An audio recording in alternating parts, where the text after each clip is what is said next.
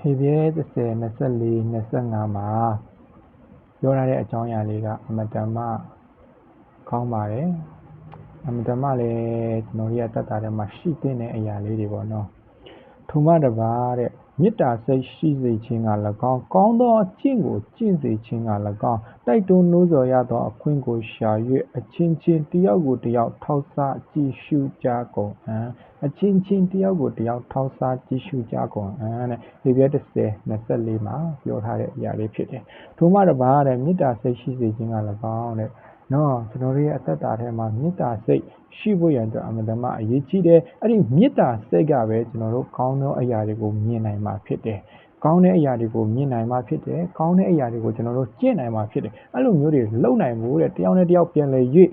ပြီးတော့မှနော်တိုက်တိုးနှိုးဆော်နိုင်ဖို့ရအတွက်ကတဲ့ကျွန်တော်တို့အထဲမှာဘာရှိရမလဲဆိုတော့မေတ္တာစိတ်ရှိရမယ်တဲ့အဲ့ဒီမေတ္တာစိတ်ညပဲကျွန်တော်တို့ကိုကောင်းသောအရာတွေကိုပြင်ဆင်ပေးမှာဖြစ်တယ်ကောင်းသောအရာတွေကိုကျွန်တော်တို့ကျင့်နိုင်မှာဖြစ်ပါတယ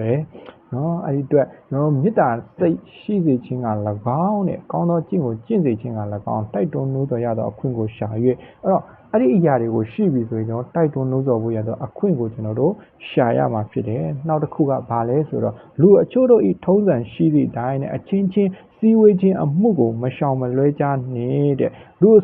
ူအချို့တို့ဤထုံးစံရှိသည့်အတိုင်းအချင်းချင်းစည်းဝေးခြင်းအမှုကိုမရှောင်မလွဲကြနေတဲ့ကာလအချိန်ရောက်လို့နီးသည်ကိုထောက်သဖြင့်ပါ၍ကြိုးစားကြလောတဲ့တခါတလေကျရင်ကျွန်တော်တို့ရဲ့အသက်တာထဲမှာအမတန်မ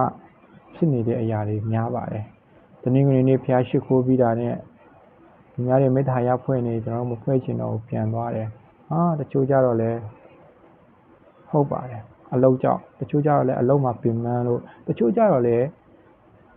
မေတ္တာရမဖွဲ့ချင်တာတွေရှိတယ်တခါနေကြရင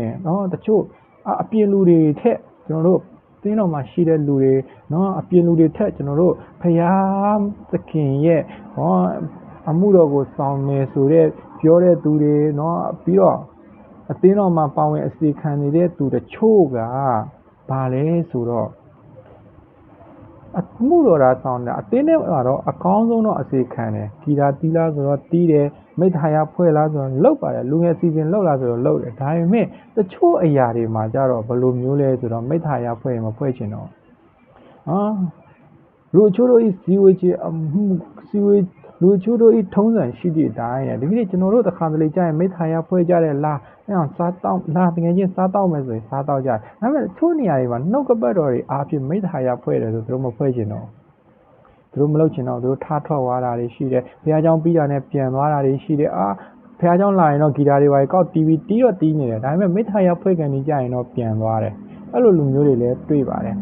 အဲ့တော့ကျွန်တော်တို့ရဲ့အသက်တာထဲမှာသင်ကျင်ရမယ့်အရာလေးတွေရှိတယ်အဲ့ဒီအရာတွေကိုကျွန်တော်တို့အကောင်းအားဖြင့်ဖြစ်စေဖို့ရန်အတွက်ကျွန်တော်တို့ဘက်မှာလည်းတိုက်တွန်းနှိုးဆော်ဖို့ရန်အတွက်ခွန်အားပေးဖို့ရန်အတွက်အမတန်မှအရေးကြီးတယ်နောက်တစ်ခုကအဲ့လိုမျိုးထုံးစံရှိတဲ့အရာတွေပေါ်မှာကျွန်တော်တို့မရှောင်မလွဲဘဲနဲ့ကျွန်တော်တို့အကောင်းဆုံးပါဝင်နိုင်ဖို့ရန်အတွက်လည်းကျွန်တော်တို့ရဲ့အသက်တာထဲမှာအမတန်မှအရေးကြီးပါတယ်အဲ့လိုမျို